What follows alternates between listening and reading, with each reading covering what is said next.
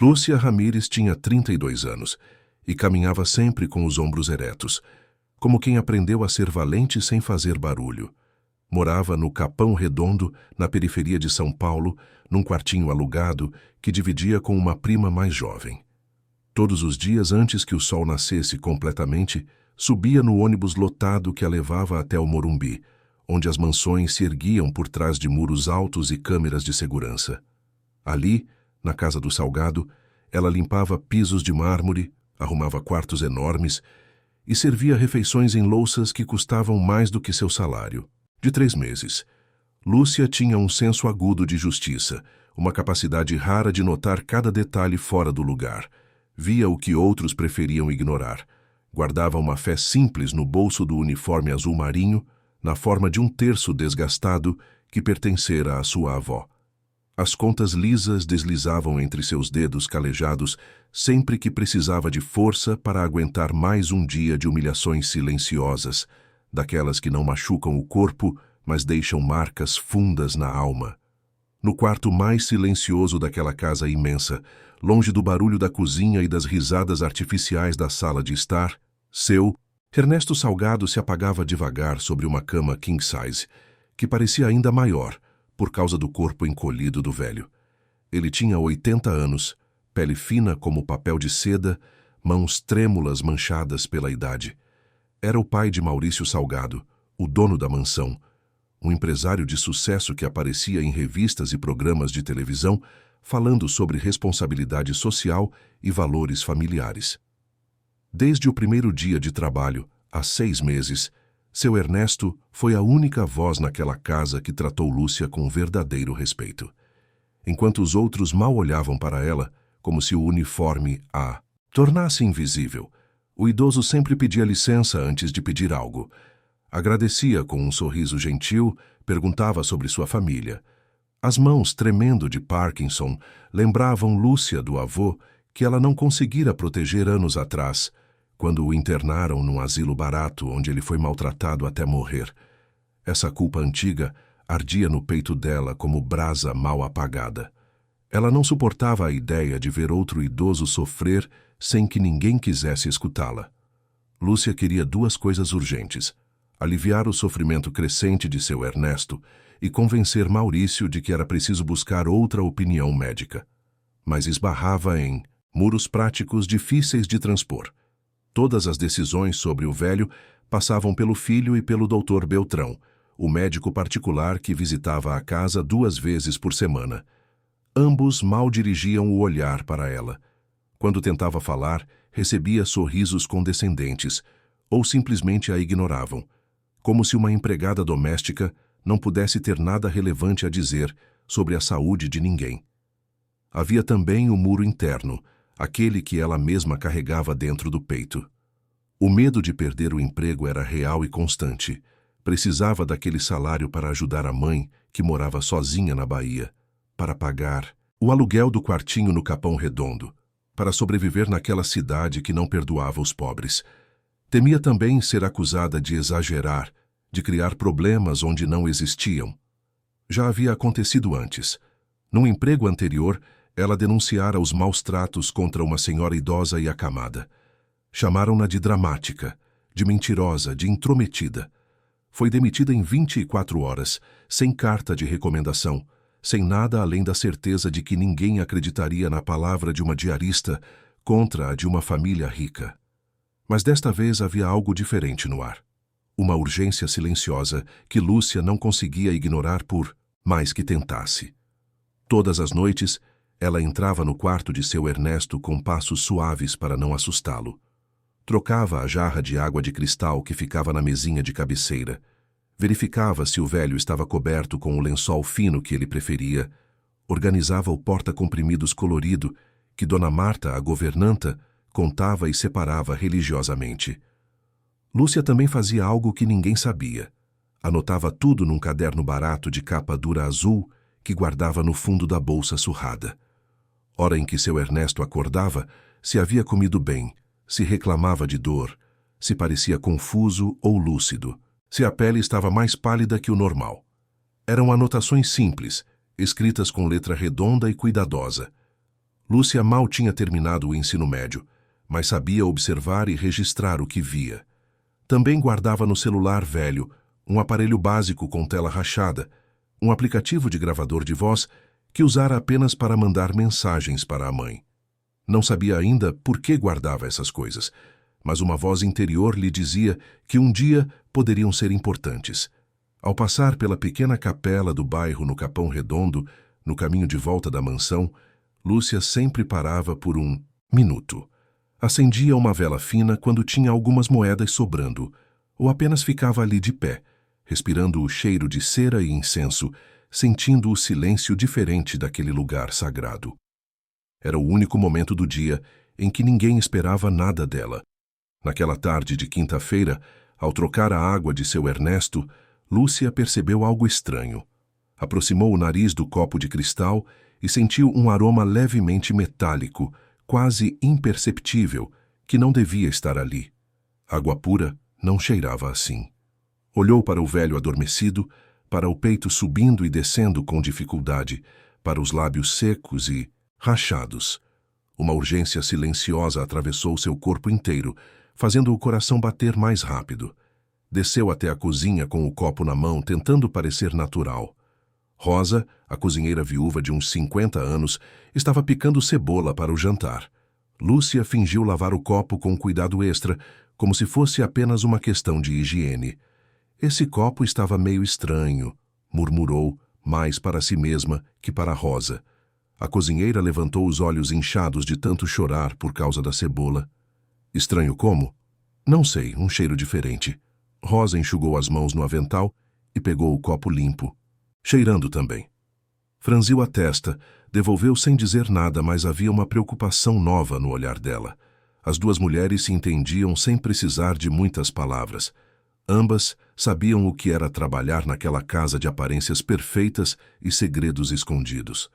Naquela noite, ao voltar para o Capão Redondo no ônibus cheio, Lúcia desceu 2 pontos antes do habitual. Caminhou até a capela iluminada apenas por velas trêmulas. Não havia ninguém além de uma senhora muito velha, rezando o terço em voz baixa. Lúcia ajoelhou-se no banco de madeira dura, apertou o terço entre as mãos e fechou os olhos. O cheiro de flores murchas se misturava com o de cera derretida. Lá fora, os carros buzinavam, as pessoas gritavam, a cidade seguia seu ritmo frenético. Ali dentro, apenas o silêncio e aquela urgência crescente dentro do peito dela. Me dá coragem, Senhor, sussurrou tão baixo que nem ela mesma teve certeza de ter falado em voz alta. Me mostra o caminho. Não deixa eu ficar de braços cruzados de novo. Quando abriu os olhos, as velas pareciam brilhar com mais intensidade. Lúcia levantou-se, guardou o terço no bolso do casaco fino e saiu para a noite fria da cidade. Não tinha respostas ainda, mas tinha algo que muitos perdiam ao longo da vida: a capacidade de enxergar o que estava errado e a disposição de fazer alguma coisa a respeito, mesmo que isso custasse caro. No dia seguinte, ela voltaria àquela mansão do Morumbi. Voltaria a limpar os mesmos pisos de mármore, a servir as mesmas refeições, a ouvir as mesmas conversas superficiais. Mas agora estava alerta, com todos os sentidos despertos, e isso fazia toda a diferença. Os dias seguintes transcorreram na mansão dos Salgado com a mesma rotina de sempre. Mas Lúcia se movia pela casa com os sentidos completamente despertos. Enquanto lustrava o piso de mármore da entrada principal, ouvia o eco das risadas vindas da ampla varanda, onde Maurício recebia sócios e clientes importantes. Ele gravava vídeos para as redes sociais, falando sobre sucesso empresarial, família unida e valores cristãos, sempre com aquele sorriso perfeito de quem nunca conheceu verdadeiras dificuldades. Lá embaixo, no quarto dos fundos da casa, seu pai respirava com dificuldade crescente e o barulho do mundo não chegava até aquela cama solitária. Lúcia começou a perceber padrões que antes passavam despercebidos. Nos dias em que ela mesma enchia o copo de seu Ernesto com água filtrada diretamente da torneira da cozinha, usando a jarra de vidro comum, o velho abria os olhos com mais claridade, perguntava sobre o jardim que via pela janela, fazia comentários sobre o tempo, Até contava piadas fracas sobre a comida terrível que serviam nos hospitais. A voz saía rouca, mas presente, e os olhos castanhos recuperavam um brilho que Lúcia não via há semanas. Porém, nos turnos em que a enfermeira Cláudia era responsável por trocar a água, seu Ernesto ficava quase inconsciente durante horas. A língua parecia mais seca, grudada no céu da boca, e, um tom levemente acinzentado, tomava conta dos lábios finos. Ele gemia baixinho, como se tivesse pesadelos, mas não acordava mesmo quando Lúcia o chamava com delicadeza. Cláudia era uma mulher de uns 40 anos, magra, sempre impecável no uniforme branco de enfermeira. Usava o cabelo preso num coque apertado e falava pouco com as outras funcionárias. Chegava pontualmente às 3 da tarde e ia embora às 11 da noite, cumprindo o turno com eficiência mecânica. Não era má pessoa, Lúcia intuía isso. Apenas parecia cansada demais para fazer perguntas. Numa manhã de terça-feira, Lúcia fingiu que o pano de chão havia caído perto da porta do banheiro de visitas, aquele pequeno lavabo de mármore que ficava entre o quarto de seu Ernesto e o corredor principal. Abaixou-se devagar para pegar o pano e, nesse movimento casual, conseguiu ver através da porta entreaberta. Cláudia estava ali dentro sozinha, segurando a jarra de cristal. Não a encheu na pia daquele banheiro. Lúcia viu quando ela tirou do bolso do jaleco um frasco pequeno, sem rótulo claro, e despejou algumas gotas na água. O líquido dentro do frasco era transparente, quase igual à água, mas tinha uma viscosidade diferente. O coração de Lúcia disparou. Ela pegou o pano e saiu dali rapidamente, fingindo que não havia visto nada. Mas vira. E agora precisava decidir o que fazer com aquela informação. O medo antigo voltou com força total. Anos atrás, em outro emprego, ela denunciara os maus tratos contra uma senhora idosa que estava acamada. A família a acusou de mentirosa, de inventar histórias para chamar atenção. Disseram que ela era dramática, desequilibrada, que queria ganhar dinheiro com processos infundados. Lúcia perdeu o emprego e ficou meses sem conseguir nova colocação porque ninguém queria contratar uma funcionária problemática. Aquela cicatriz nunca fechou completamente. Até hoje, às vezes ela duvidava das próprias percepções. E se estivesse enxergando coisas que não existiam? E se aquele frasco contivesse apenas vitaminas ou suplementos autorizados pelo médico? Mas a voz interior, aquela mesma que a levava até a capela todas as noites, dizia que não, que algo estava profundamente errado. Na cozinha, Rosa notou a inquietação de Lúcia. A cozinheira era uma mulher de coração generoso, viúva há 10 anos, que sustentava um sobrinho metido em problemas com drogas. O rapaz trabalhava como entregador para um laboratório farmacêutico que tinha negócios com a clínica particular do Dr. Beltrão. Rosa nunca falava muito sobre isso, mas Lúcia sabia que a situação a preocupava constantemente. "Você está carregando um peso grande, menina", disse Rosa numa tarde, servindo café quente numa xícara descascada. "Se tem alguma coisa errada, uma hora aparece." E se ninguém acreditar? Lúcia segurou a xícara quente entre as mãos, sentindo o vapor subir até o rosto. "Então você procura quem acredite, mas não fica quieta. Silêncio também é escolha, e às vezes é a escolha errada." Aquelas palavras simples ecoaram na cabeça de Lúcia pelos dias seguintes. Gabriel, o segurança noturno, também percebia que algo estava diferente. Ele era um homem de uns 55 anos, sério, de poucas palavras, que cuidava da portaria e monitorava as câmeras de segurança da mansão. Tinha uma filha de 12 anos com asma grave, e o plano de saúde que vinha com aquele emprego pagava o tratamento dela. Não podia se dar ao luxo de perder aquela vaga, mas tinha olhos, e via Lúcia cada vez mais tensa, olhando para os lados antes de entrar no quarto de seu Ernesto, evitando cruzar com Cláudia nos corredores. Uma noite, quando Lúcia saía da mansão já passava das 11, Gabriel a chamou até a guarita. "Cuidado", disse apenas, olhando fixamente para ela. "Aqui tem muita câmera, mas nem tudo fica gravado." "Como assim?" "Tem pontos cegos, o banheiro de visitas, por exemplo, e tem gravações que somem quando alguém lá de cima pede." Lúcia entendeu. Gabriel estava dizendo, sem dizer claramente, que sabia que algo estava acontecendo e que ela precisava ter provas que não pudessem desaparecer com um clique de mouse. No escritório de Maurício, durante a limpeza semanal que Lúcia fazia às sextas-feiras, ela conseguiu ver rapidamente uma pasta de documentos sobre a mesa de Mogno. Estava entreaberta, mostrando faturas de uma empresa chamada Aquapura Medicinal, Soluções Especializadas. Eram valores altos, cobrados mensalmente, referentes a filtros especiais para tratamento de água medicinal e suplementos controlados para cuidados geriátricos. Lúcia nunca ouvira falar desses filtros, e ninguém na casa jamais mencionara água medicinal. Ela tirou o celular velho do bolso trêmula e fotografou rapidamente aquelas faturas. A imagem saiu meio embaçada por causa do nervosismo, mas dava para ler os valores e o nome da empresa. Guardou o telefone e terminou de limpar o escritório como se nada tivesse acontecido. Mas o coração batia tão forte que ela tinha certeza de que todos na casa podiam ouvi-lo. Naquela mesma tarde, reuniu coragem e tentou conversar com Maurício. Esperou ele terminar uma ligação na varanda e aproximou-se com a postura mais humilde possível. "Senhor Maurício, com licença?" Ele se virou, já impaciente.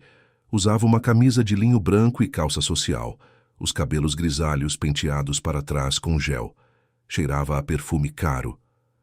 "Sim, Lúcia. É sobre o seu Ernesto. Eu notei que talvez a água..." "A água?" Ele ergueu as sobrancelhas, um sorriso condescendente nos lábios. "O que tem a água?" "Acho que talvez não esteja fazendo bem para ele. Quando eu sirvo água normal da cozinha, ele fica melhor, mais acordado." "Lúcia." O tom de voz mudou, ficou mais duro, embora o sorriso permanecesse. "Você é uma excelente funcionária, mas não é médica, certo? Meu pai está recebendo tratamento especializado com o Dr. Beltrão, um profissional com 30 anos de experiência. Essa água tem suplementos especiais recomendados para a condição dele. Não se meta em assuntos médicos, por favor. Faça seu trabalho." Não foi exatamente uma ameaça, mas a mensagem estava clara. Fique no seu lugar ou vai se arrepender. Lúcia baixou os olhos e pediu desculpas, sentindo o rosto queimar de humilhação. Saiu dali com as mãos trêmulas e o estômago embrulhado. Mais tarde tentou revisar aquela pasta no escritório novamente, mas encontrou a porta trancada com chave. Maurício devia ter percebido que ela andava mexendo onde não devia. Aquela noite foi diferente das outras. Lúcia esperou todo mundo ir embora. Ficou escondida no quartinho de despejo do térreo, onde guardavam vassouras e produtos de limpeza. Quando teve certeza de que só restavam ela, Gabriel e a enfermeira Cláudia na casa, subiu silenciosamente até o quarto de seu Ernesto. Levava escondida na pochete do uniforme uma garrafa de água, mineral comum que comprara com o próprio dinheiro, numa vendinha perto do ponto de ônibus. Seu Ernesto dormia, respirando com dificuldade, a boca aberta, a pele pálida. Lúcia trocou a jarra de cristal pela água que trouxera, colocou a jarra original dentro de uma sacola plástica e escondeu tudo no fundo do armário de limpeza do corredor. Depois ficou ali, sentada numa cadeira ao lado da cama do velho, apenas observando, rezando baixinho. Passou das 3 da madrugada, quando seu Ernesto finalmente abriu os olhos. Olhou para Lúcia com confusão por alguns segundos, depois pareceu reconhecê-la. "Você..." A voz saiu, fraca, rouca. "Sempre aqui." "Sim, seu Ernesto, estou aqui." "Água." Lúcia serviu a água limpa que trouxera. Ele bebeu devagar, com dificuldade, mas bebeu. E pela primeira vez em muitos dias, não voltou a cair imediatamente naquele sono profundo e pesado. Ficou acordado, olhando para o teto, respirando melhor. O preço daquela pequena vitória veio rápido. Na manhã seguinte, Dona Marta, a governanta, repreendeu Lúcia duramente por ter ficado além do horário sem autorização. Disse que aquilo era uma violação das regras da casa, que ela estava se metendo em funções que não eram suas, que se repetisse seria demitida. Na hora. Maurício apareceu durante a bronca e apenas observou com aquele mesmo sorriso condescendente, sem dizer uma palavra. Mas o olhar dele dizia tudo. Eu estou de olho em você. Lúcia pediu desculpas, abaixou a cabeça, voltou ao trabalho. Mas por dentro, a certeza crescia. Algo terrivelmente errado estava acontecendo naquela casa. E ela era a única que parecia disposta a enxergar. Com o passar dos dias, ficou cada vez mais claro quais forças realmente moviam aquela casa de aparências impecáveis. Lúcia aprendeu a observar não apenas o que as pessoas diziam, mas o que escondiam nos silêncios, nos olhares desviados, nas conversas interrompidas quando ela entrava num cômodo. Maurício Salgado havia construído sua imagem pública de empresário exemplar sobre pilares que pareciam sólidos. Campanhas beneficentes para asilos, entrevistas em programas de televisão falando sobre ética nos negócios, fotos com a esposa Verônica e os 2 filhos adolescentes em revistas de celebridades. Mas por dentro, longe das câmeras e dos sorrisos brancos, o homem carregava medos antigos que o corroíam. Temia que as decisões passadas do pai viessem à tona. Seu Ernesto, nos tempos de lucidez que ainda tinha, mencionava coisas que Maurício preferia deixar enterradas. Investimentos em empresas que exploravam trabalhadores, promessas quebradas a sócios que depois desapareceram misteriosamente dos círculos empresariais, contas em paraísos fiscais que a Receita Federal nunca descobrira. E havia algo ainda mais urgente: o testamento. Maurício sabia que o pai, nos últimos meses de lucidez relativa, antes da saúde começar a desabar rapidamente, havia falado em modificar a divisão da herança. Queria destinar parte significativa do patrimônio para instituições de caridade, para ex-funcionários leais, até para aquela empregada que cuidava dele com tanto carinho. Não podia permitir isso, não depois de tanto trabalho construindo o império que levava seu nome. Maurício não sujava as próprias mãos. Nunca fizera isso. Contratava pessoas para resolver problemas delicados, criava camadas de distância entre suas ordens e as ações concretas. Na lógica distorcida que ele chamava de pragmatismo empresarial, acelerar o declínio natural de um homem velho e doente, através de tratamentos médicos agressivos, não era exatamente um crime. Era apenas ajudar a natureza a seguir seu curso inevitável. Quanto mais confuso e debilitado o pai ficasse, menor a chance de ele alterar documentos importantes. Cláudia Mendoza, a enfermeira, era o braço executor daquela operação silenciosa. Tinha 42 anos, 2 filhas adolescentes e uma mãe com Alzheimer avançado, morando numa casa precária em Guarulhos, uma das cidades mais populosas da grande São Paulo. O salário de enfermeira mal cobria o básico. Quando Maurício a chamou para uma conversa particular e ofereceu o dobro do pagamento mensal para seguir tratamentos especializados sem fazer perguntas desnecessárias, Cláudia viu uma saída. Ela se convencia de que estava apenas administrando vitaminas fortes, suplementos concentrados que deixavam o paciente mais sonolento, mas que faziam parte de um protocolo médico legítimo. Fechava os olhos para as inconsistências, para o fato de que o Dr. Beltrão nunca examinava seu Ernesto direito, apenas olhava a ficha médica e assinava receitas. Precisava daquele dinheiro extra. Com ele poderia tirar a mãe daquela vizinhança violenta, colocar as filhas numa escola melhor, respirar sem a angústia constante de não ter como pagar as contas no fim do mês. O Dr. Ricardo Beltrão era outra peça fundamental naquela engrenagem. Médico formado pela USP, especialista em geriatria, já fora respeitado no meio acadêmico. Mas os anos de clínica particular de luxo haviam moldado nele uma postura diferente. Aprendera que perguntas demais afastavam clientes ricos. Maurício Salgado pagava honorários generosos, sempre em dia, e indicava o Dr. Beltrão para amigos empresários que também tinham pais idosos e inconvenientes. Beltrão preferia não investigar a fundo a sonolência excessiva de seu Ernesto, a perda acelerada de peso, a confusão mental que parecia desproporcional para alguém que, 6 meses antes, ainda jogava xadrez. Assinava receitas para sedativos fortes, justificava os sintomas como processo natural de envelhecimento, aumentava dosagens sem questionar. Afinal, 80 anos era a idade para morrer, não? E se a natureza precisasse de um empurrãozinho para seguir seu rumo, quem era ele para interferir?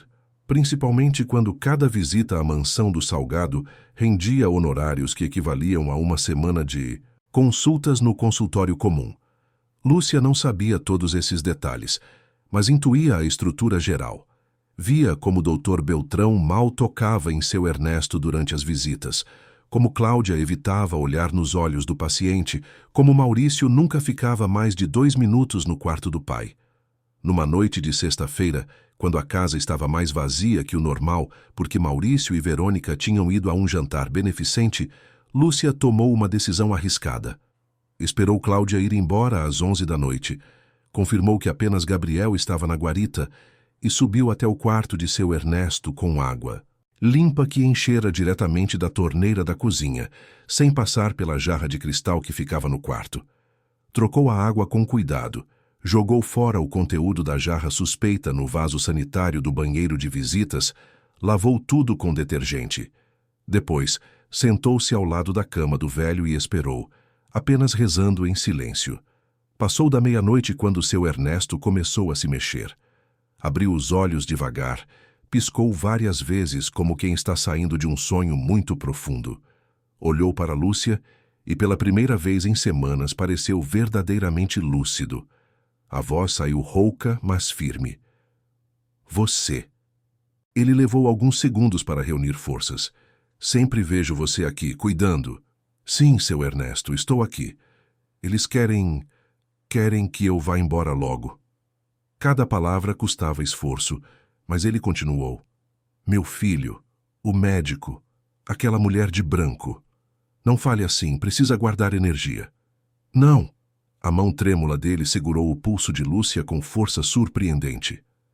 Escuta, escuta bem. Ele pediu que ela abrisse a gaveta da mesinha de cabeceira, onde guardava um pequeno estojo de couro marrom velho e desgastado. Dentro havia um terço de contas escuras e, envolto num papel fino, uma pequena chave dourada. Esta chave. Seu Ernesto respirou fundo, lutando contra o cansaço que tentava puxá-lo de volta para o sono. Abre uma gaveta secreta, no escritório do Maurício, atrás dos livros de direito. Tem documentos, provas. Provas de quê? Coisas que ele fez, negócios sujos. E tem... Ele fechou os olhos por um momento. Tem um testamento novo que eu assinei. Ele me forçou. Disse que era a atualização de impostos. Mas eu li. Deixa tudo para ele. Tudo. O senhor tinha outro testamento? Sim, no banco. Com advogado diferente, mas Maurício disse que esse não valia mais, que eu tinha que assinar o novo. Eu estava confuso, tonto. Assinei. Mas não era isso que eu queria. Lúcia sentiu o peso daquela revelação. Guardou a chave no bolso do uniforme, junto com o terço que seu Ernesto insistiu que ela levasse.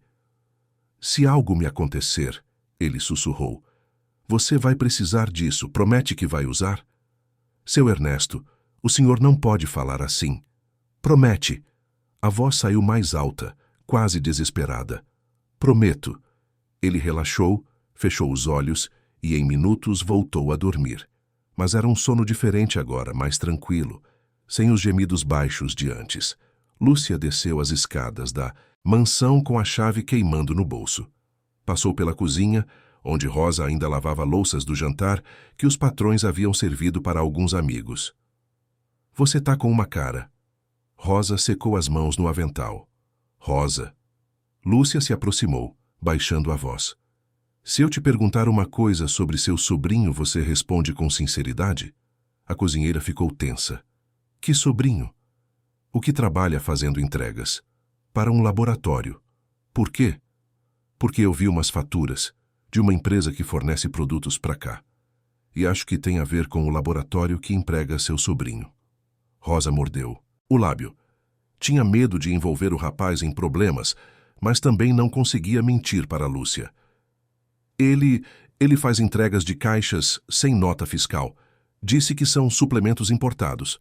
Traz aqui às vezes para a clínica do Dr. Beltrão. Nunca soube direito o que tinha dentro. Mais uma peça do quebra-cabeça encaixando. No dia seguinte, um sábado de manhã, quando Lúcia chegou para o turno extra que Maurício tinha exigido, encontrou Verônica esperando na sala de estar, com o rosto tenso de raiva contida. Lúcia, precisamos conversar. O tom não era de conversa, era de acusação. Sim, senhora. Sumiram uns brincos de diamante do quarto de hóspedes. Brincos que eu deixei na penteadeira ontem à noite. Você limpou aquele quarto? Sim, mas eu não mexi em nenhuma joia. Eu nunca... Não estou te acusando ainda, mas precisa entender que essas coisas não somem sozinhas. E você foi a última pessoa lá. Lúcia sentiu o chão se abrir debaixo dos pés. Sabia exatamente o que estava acontecendo. Não era sobre brincos, era sobre silenciá-la, criar uma razão para despedi-la se ela continuasse fazendo perguntas inconvenientes. O medo de perder o emprego se misturou com uma raiva antiga. Lembrou do avô maltratado no asilo, lembrou do emprego anterior onde a chamaram de mentirosa, lembrou de seu Ernesto apertando sua mão e pedindo que prometesse usar aquela chave. Eu não peguei nada, senhora Verônica. Nunca peguei nada de ninguém. Minha mãe me criou com honestidade. Então onde estão os brincos? Não sei, mas não fui eu. Verônica a dispensou com um gesto impaciente, mas o recado estava dado. Cuidado, você está sendo vigiada. Naquela noite, Lúcia pensou seriamente em desistir de tudo, em pedir demissão, voltar para a Bahia com a mãe, esquecer aquela mansão e seus segredos podres. Seria mais fácil, mais seguro. Mas ao deitar na cama apertada do quartinho no Capão Redondo, sentiu a chave dourada no bolso da calça. Pensou em seu Ernesto pedindo que ela prometesse. Pensou em quantos idosos estavam sendo maltratados em silêncio por aí, sem ninguém que se importasse. Levantou-se, acendeu a vela que guardava para emergências e ali, na luz tremulante, escreveu no caderno azul tudo o que havia descoberto até agora.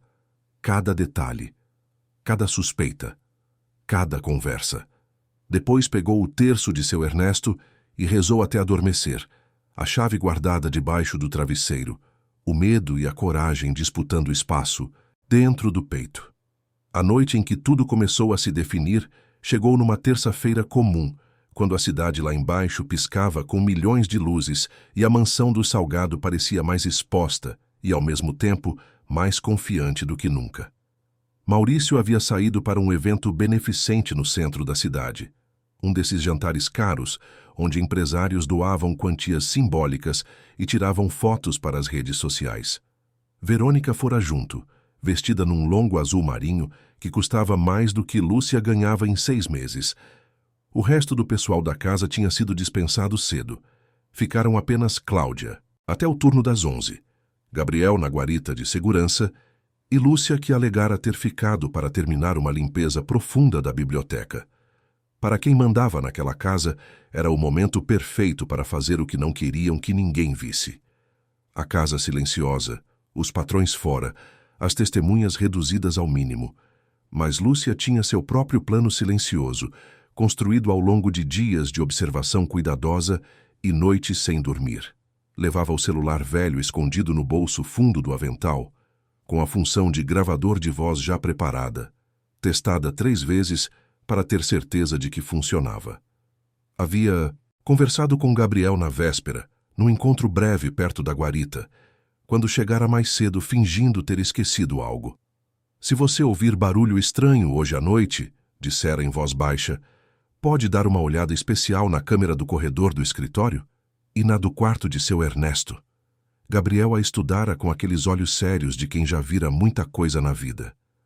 Você está mexendo em vespeiro, moça. Eu sei. Pode perder seu emprego, ou coisa pior. Também sei disso. Ele ficara em silêncio por um momento, depois assentira levemente. Tinha uma filha. Sabia o que era proteger alguém vulnerável. Lúcia também levava o caderno azul dobrado no fundo da bolsa surrada, com todas as anotações organizadas por data e hora, os momentos em que seu Ernesto piorava, os dias em que Cláudia trocava a água, as coincidências que já não eram coincidências. E no bolso mais interno do uniforme, bem guardada, estava a chave dourada que o velho lhe confiara. Por volta das 8 da noite, enquanto fingia organizar livros na estante da biblioteca, Lúcia ouviu vozes vindas da sala de jantar pequena, aquela reservada para reuniões privadas.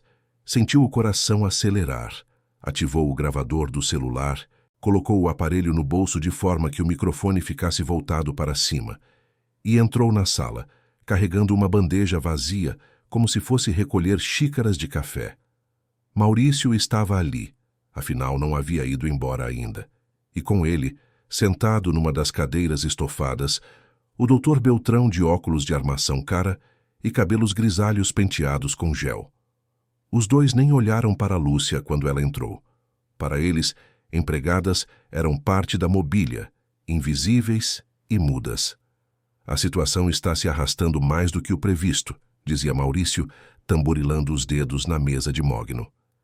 Preciso que você ajuste a dosagem. Só mais um pouco, para evitar sobressaltos desnecessários. O Dr. Beltrão limpou os óculos com um lenço de tecido. Maurício, eu já aumentei 2 vezes. Se eu continuar assim, vai ficar óbvio demais.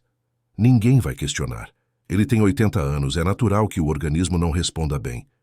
E se a família quiser uma segunda opinião? Que família? Maurício riu sem humor. Minha irmã mora na Espanha e mal liga uma vez por mês. Meus filhos têm 15 e 17 anos, não querem saber de avô doente. Não tem ninguém para questionar além de você. Lúcia fingia arrumar coisas na bandeja, as mãos tremendo levemente. O celular no bolso gravava tudo, cada palavra, cada silêncio cúmplice. E aquela empregada? A voz do Dr. Beltrão tinha um tom de preocupação. Ouvi dizer que ela anda fazendo perguntas. Já estou cuidando disso. Verônica plantou uma história sobre joias desaparecidas. Qualquer coisa que ela tente dizer, vamos desacreditar. Empregada ladra versus empresário respeitado. Nem vai dar processo. Lúcia saiu da sala com as pernas bambas, mas com a gravação guardada. Foi direto ao banheiro de funcionários, trancou-se lá dentro e encostou a testa na parede fria de azulejo. Respirou fundo várias vezes, tentando controlar o tremor nas mãos. Agora tinha prova. Palavras deles mesmos, não mais apenas suspeitas dela.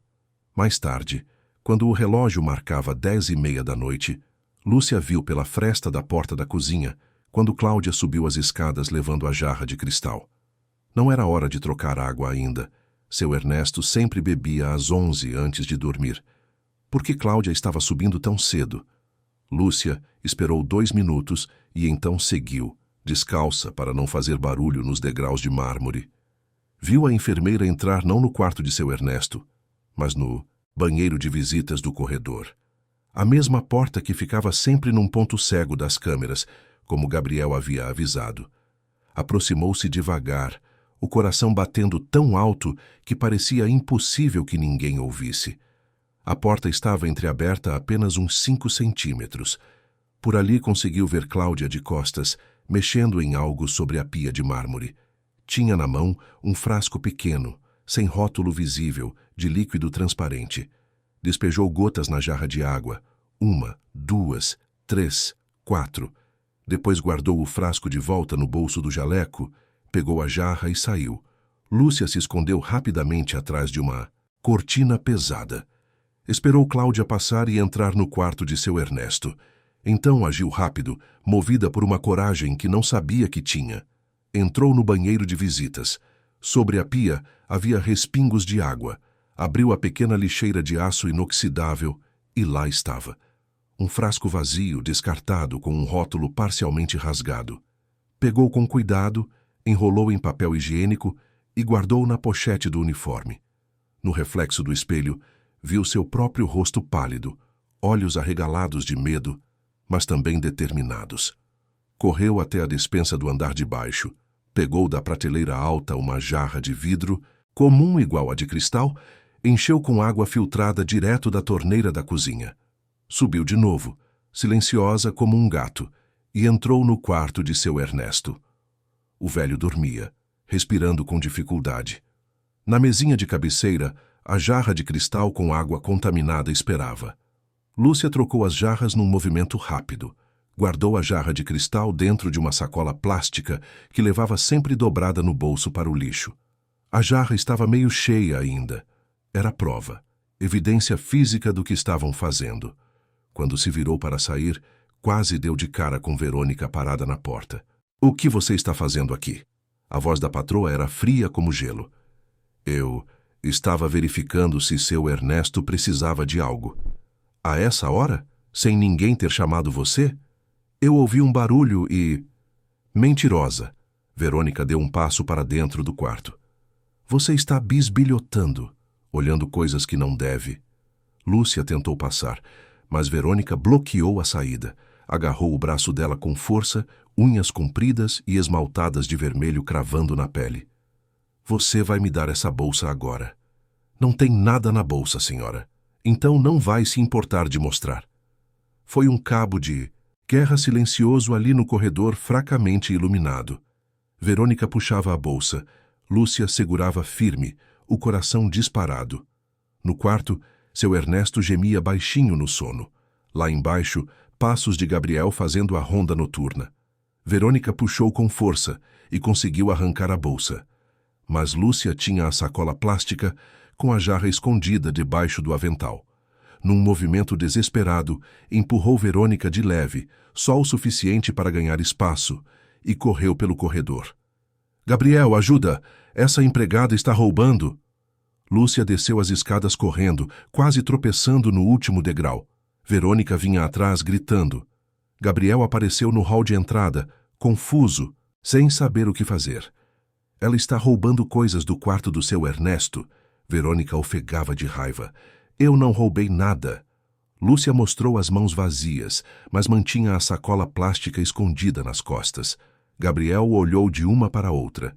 Viu o desespero real nos olhos de Lúcia, viu a raiva teatral de Verônica. "Vou revistar ela", disse com voz neutra. Segurou Lúcia pelo braço, não com brutalidade, mas com firmeza. "Vem comigo." Levou-a até a despensa pequena nos fundos da cozinha, longe dos olhos de Verônica. Fechou a porta. "O que você fez, menina?" sussurrou. "Peguei a água que eles estão usando para envenenar o velho." "Está aqui", mostrou a sacola. "E tenho gravação deles confessando, no celular." Gabriel fechou os olhos por um momento, como quem sabe que está prestes a tomar uma decisão que vai mudar tudo. "Verônica vai querer te prender aqui até a polícia chegar. Vai inventar que você roubou algo caro. Eu sei. Você precisa sair, agora. Mas o seu Ernesto... Eu cuido dele essa noite, prometo. Mas você sai já, pela porta dos fundos. Leva essas provas e vai para algum lugar seguro." Lúcia apertou a sacola contra o peito. Pela pequena janela da despensa, via Verônica falando no telefone, provavelmente chamando Maurício. "Gabriel, você vai se meter em problemas por me ajudar." "Já estou metido. Vi nas câmeras o que gravei ontem. Tenho anotado os horários estranhos. Isso aqui..." Ele fez um gesto abrangendo a casa toda. "Isso aqui não tá certo. Nunca esteve." Lúcia saiu pela porta dos fundos, a que dava para o jardim de inverno e depois para o muro lateral. Gabriel deixou o portão de serviço aberto. Ela correu pela calçada mal iluminada do Morumbi, desceu a pé até a avenida principal, pegou o primeiro ônibus que passava. Dentro da sacola plástica, a jarra de cristal com água contaminada balançava. No bolso, o celular com a gravação. No outro bolso, o frasco vazio que Cláudia jogara no lixo. E no peito, um medo imenso misturado com uma estranha sensação de alívio. Tinha evidências agora. Tinha provas. Mas também tinha perdido tudo. Sabia que não poderia voltar àquela casa. Sabia que Maurício usaria todo o poder que tinha para destruí-la. Quando o ônibus passou em frente à pequena capela do Capão Redondo, Lúcia fez o sinal da cruz. Ainda não sabia exatamente o que fazer, mas sabia que tinha ido longe demais para desistir agora. O amanhecer chegou frio sobre o Capão Redondo, e Lúcia estava acordada desde que voltara para casa às 2 da madrugada. Sentada na cama estreita que dividia com a prima Sofia, olhava a sacola plástica no chão como se fosse uma bomba prestes a explodir. A jarra de cristal dentro, o frasco vazio, o celular com a gravação. Tudo aquilo era evidência, mas também era risco. Maurício Salgado não era homem de aceitar desafios calado. Sofia, que trabalhava de caixa num supermercado, percebeu a tensão da prima assim que acordou. Lúcia, o que aconteceu? Você nem dormiu. Foi difícil explicar. As palavras saíam atropeladas, embaralhadas pelo cansaço e pelo medo.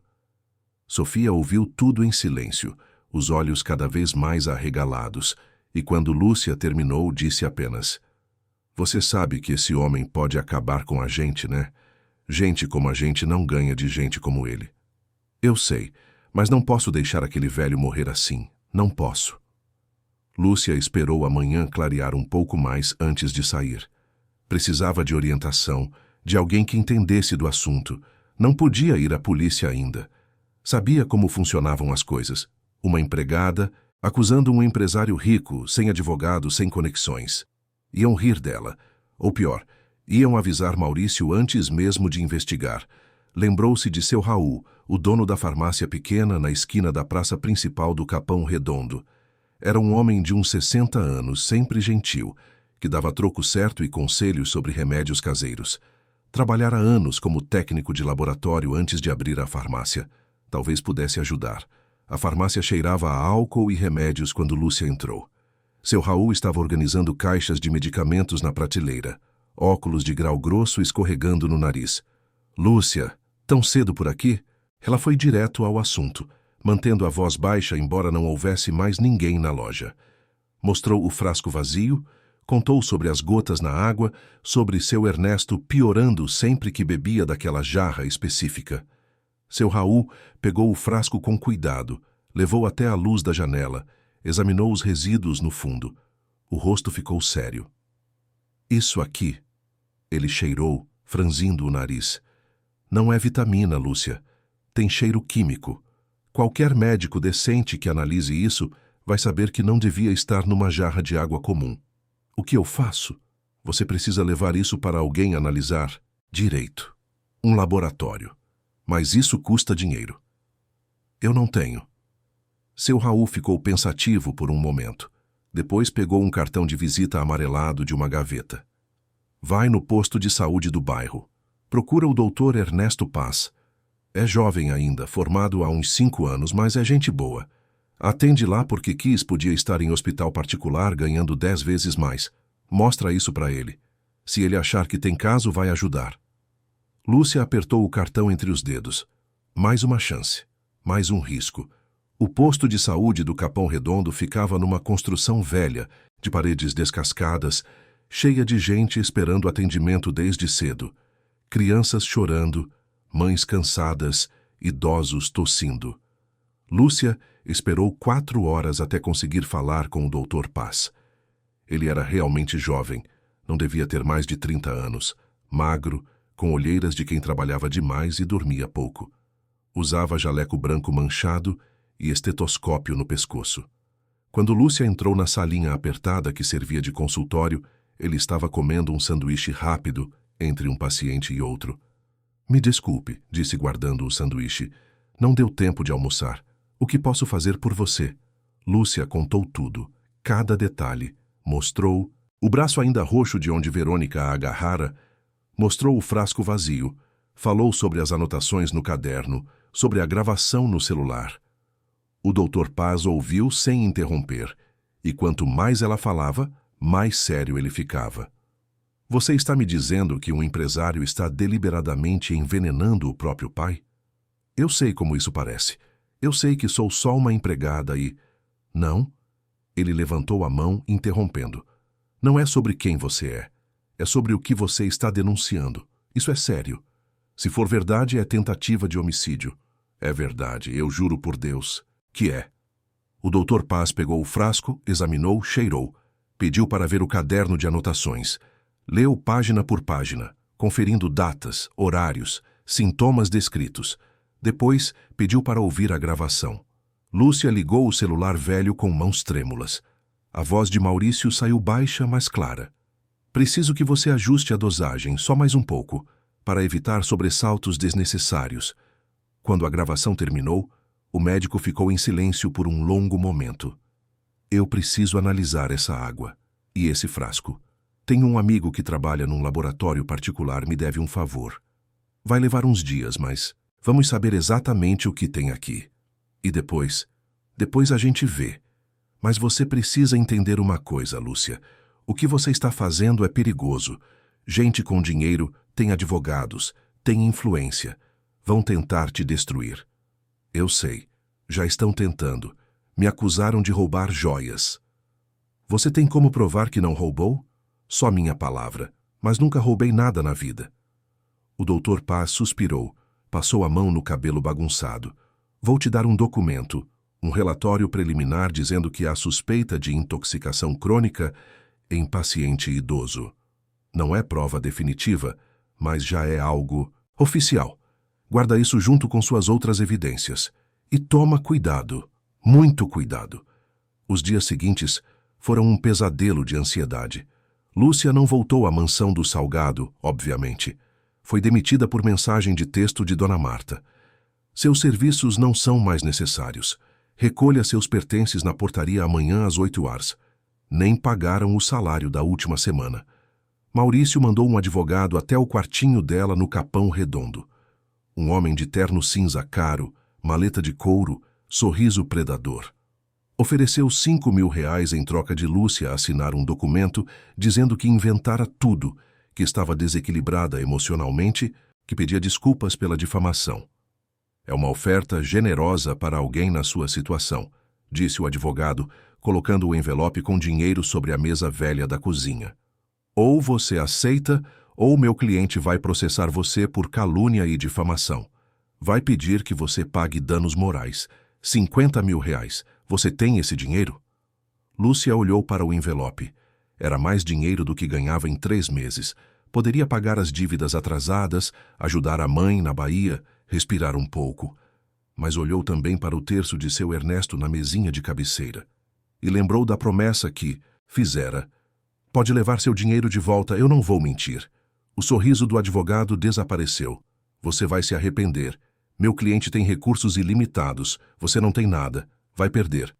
Quando o homem foi embora, Lúcia tremia toda. Sofia a abraçou, mas também estava assustada. Prima, você tem certeza? Esse dinheiro ia ajudar tanto? Eu sei, mas não consigo. Não consigo vender minha consciência. A ajuda começou a aparecer de lugares inesperados. Rosa, a cozinheira, apareceu numa tarde trazendo uma sacola de comida. Abraçou Lúcia forte e chorou. Eu soube o que você fez. Gabriel me contou. Você é valente demais, menina. Rosa, seu sobrinho, o que trabalha no laboratório. Já conversei com ele está com medo, mas está disposto a falar. Ele reconheceu o nome da empresa no frasco.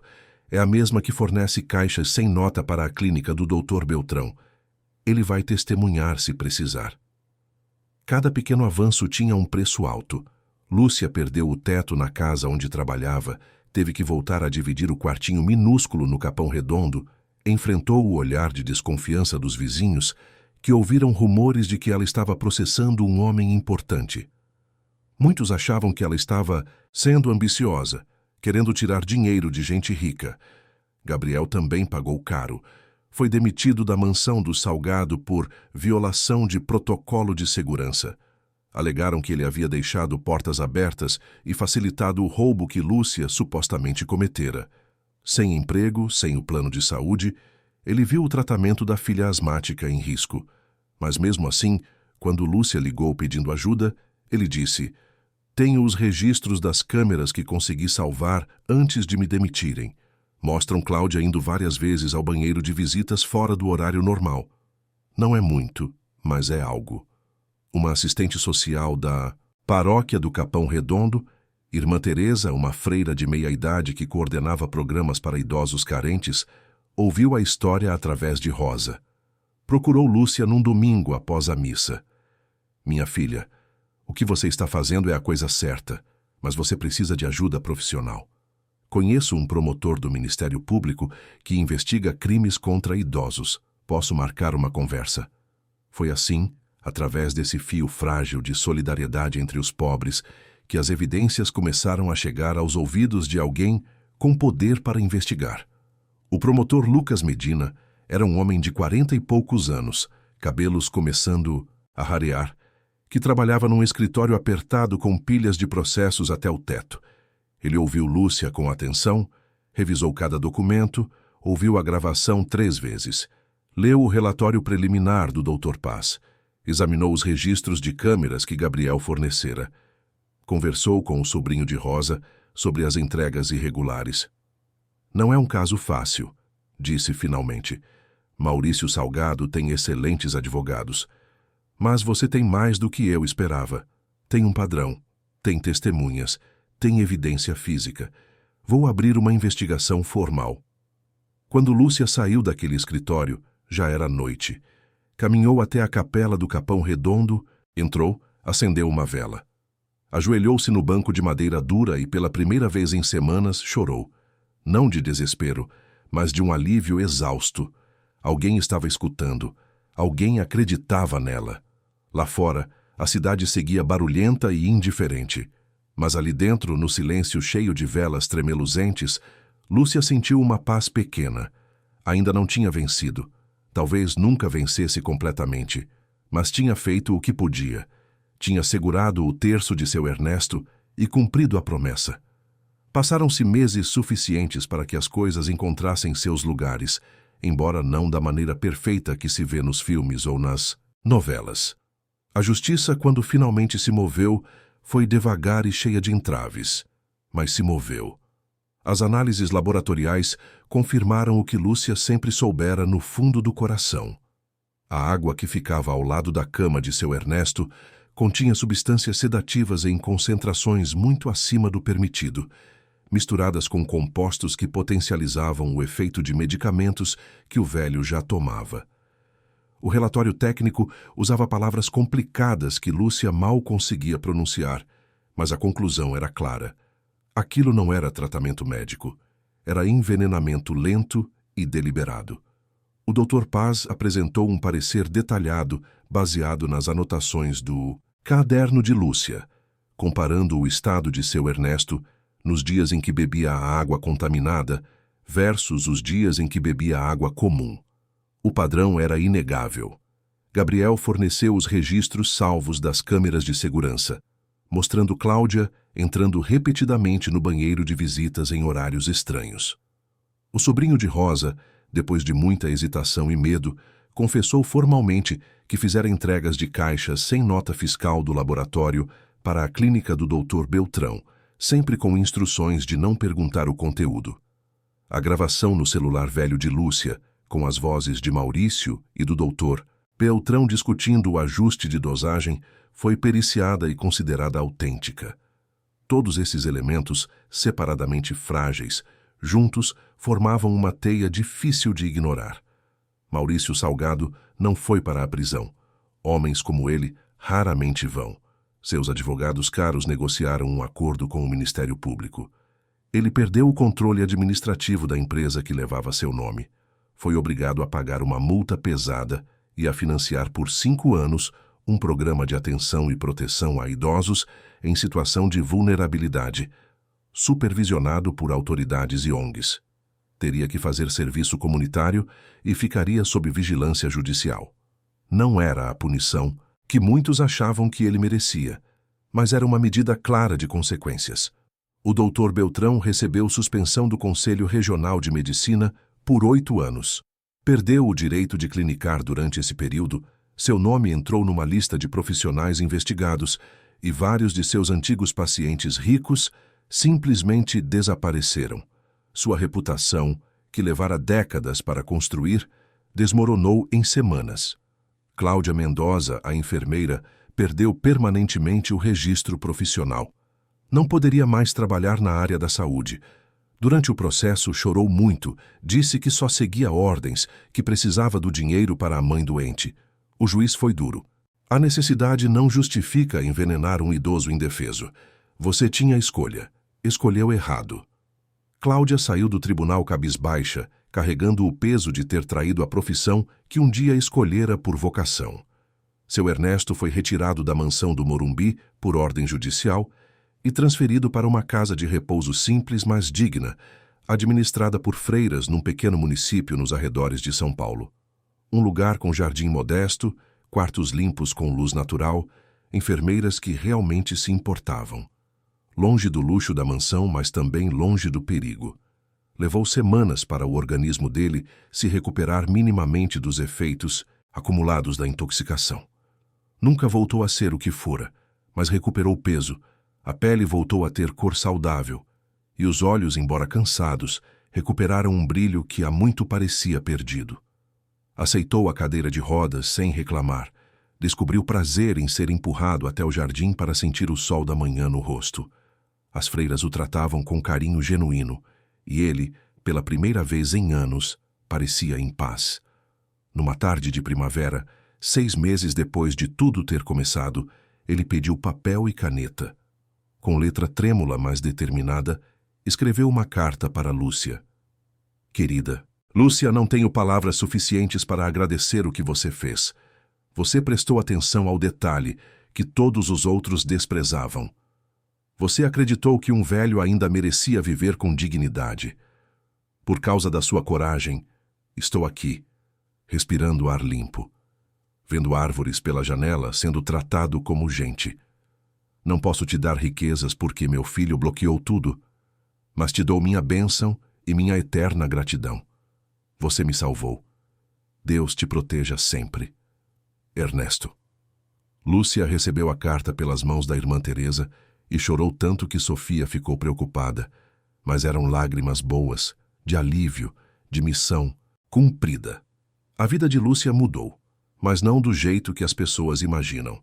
Não ficou rica, não ganhou prêmios, não apareceu na televisão.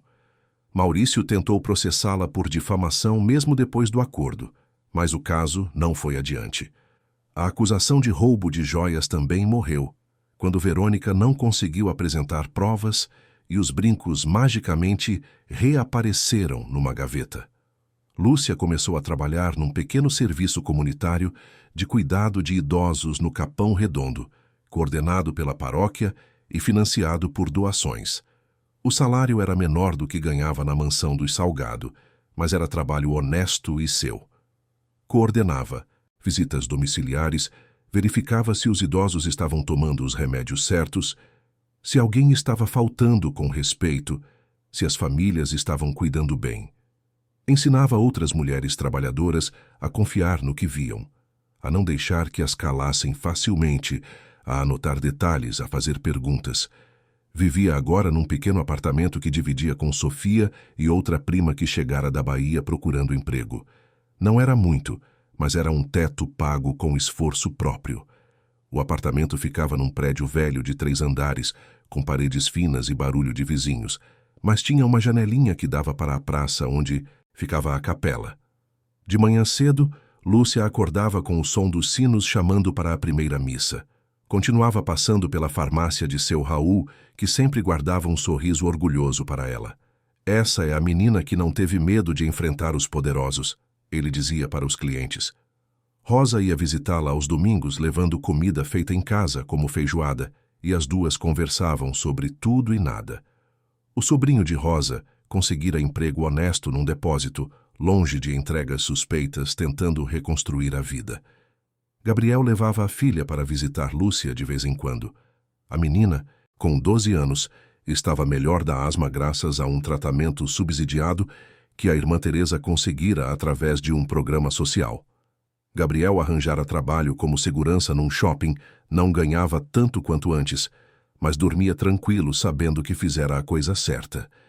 O celular velho que gravara a confissão de Maurício acabou quebrando de vez.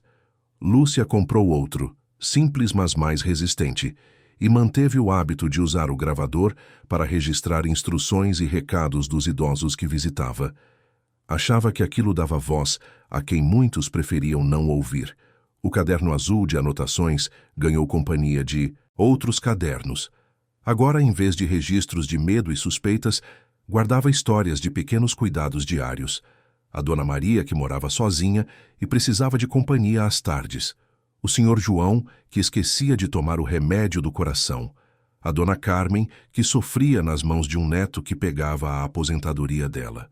Lúcia aprendera que o abuso de idosos acontecia em todo lugar, não só em mansões de gente rica, e aprendera também que uma pessoa atenta podia fazer a diferença. Numa tarde ensolarada de sábado, Irmã Teresa conseguiu autorização para levar Lúcia até a casa de repouso onde seu Ernesto vivia. A viagem de ônibus demorou quase 2 horas, passando por bairros que Lúcia nunca vira, até chegar ao município tranquilo, cercado por áreas verdes. A casa de repouso era simples, pintada de branco e amarelo, com um jardim onde cresciam rosas e jasmins. Seu Ernesto estava sentado numa cadeira de rodas debaixo de uma árvore, coberto com uma manta leve, olhando para o horizonte. Quando viu Lúcia se aproximando, os olhos dele se encheram de lágrimas. "Você veio", disse com voz rouca de emoção. "Claro que vim, seu Ernesto." Lúcia ajoelhou-se ao lado da cadeira, de rodas para ficarem na mesma altura. Ele segurou a mão dela com força surpreendente para alguém tão frágil. "Por sua causa estou vivo. Por sua causa posso ver esse jardim, sentir o sol. Você me deu o maior presente, mais tempo. O Senhor teria feito o mesmo por mim. Não sei se teria tido coragem. Você perdeu tanto por minha causa." "Ganhei mais do que perdi, seu Ernesto. Ganhei paz de consciência. Ganhei a certeza de que fiz o certo." Ficaram ali conversando devagar, sem pressa. Seu Ernesto contou sobre as freiras que cuidavam dele, sobre a comida simples, mas gostosa, sobre um passarinho amarelo que vinha todos os dias bicar migalhas na janela do quarto. Lúcia contou sobre o trabalho novo, sobre os idosos do Capão Redondo que ela agora ajudava. Antes de ir embora, Lúcia pegou um copo de água limpa que uma das freiras trouxera. Água transparente, pura, sem nada escondido. Deu para seu Ernesto beber. Ele bebeu devagar, saboreando cada gole como quem sabe o valor de coisas simples. "Sabe o que aprendi?" ele disse, devolvendo o copo vazio. "Que Deus fala através de pessoas como você. Pessoas humildes que se atrevem a cuidar quando todo mundo olha para o outro lado." Lúcia sentiu lágrimas molharem o rosto. Guardou aquelas palavras no coração, junto com todas as outras coisas preciosas que vinha colecionando. A gratidão de Rosa, o respeito de Gabriel, o sorriso orgulhoso de seu Raul, a bênção da Irmã Teresa. No caminho de volta para o Capão Redondo, enquanto o ônibus balançava pelas ruas esburacadas, Lúcia olhou pela janela para a cidade imensa que se estendia até onde a vista alcançava. Milhões de pessoas, milhões de histórias, milhões de injustiças escondidas atrás de portas fechadas. Não podia salvar todo mundo. Não podia mudar o mundo inteiro. Mas podia fazer o que estava ao alcance dela. Podia prestar atenção. Podia acreditar nos próprios olhos. Podia recusar-se a ficar quieta quando via algo errado. Podia cuidar. Naquela noite em casa, antes de dormir, Lúcia abriu o caderno novo e escreveu com letra cuidadosa: "Hoje visitei seu Ernesto. Ele está bem, está vivo. E eu entendi que, às vezes, Deus não manda milagres espetaculares. Ele manda coragem para pessoas comuns fazerem coisas extraordinárias. Obrigada, Senhor, por me usar, por me dar olhos para ver e coragem para agir. Amém." Fechou o caderno, apagou a luz e dormiu tranquila. Lá fora, a cidade seguia ruidosa, desigual, cheia de problemas que pareciam grandes demais para resolver. Mas ali dentro, naquele quartinho simples, havia paz. A paz de quem sabe que fez o melhor que podia, e que isso, no final das contas, era o suficiente.